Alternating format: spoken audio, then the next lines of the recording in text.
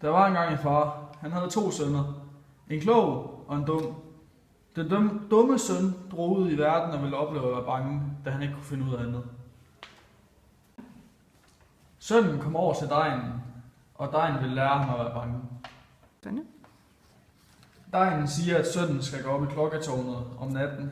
Her står han selv klædt som et spøgelse. Sønnen bliver ikke bange, men skubber derimod degnen ned, så han brækker benet.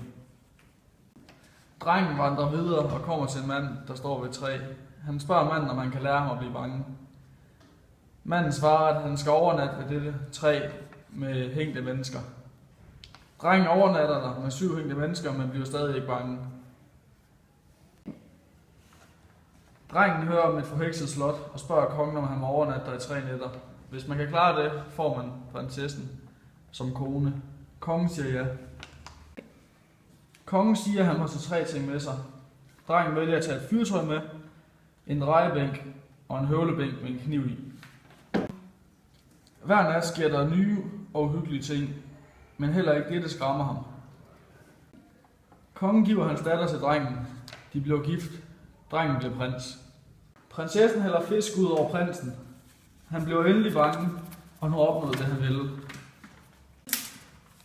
Og de levede alle lykkeligt til deres dages ende.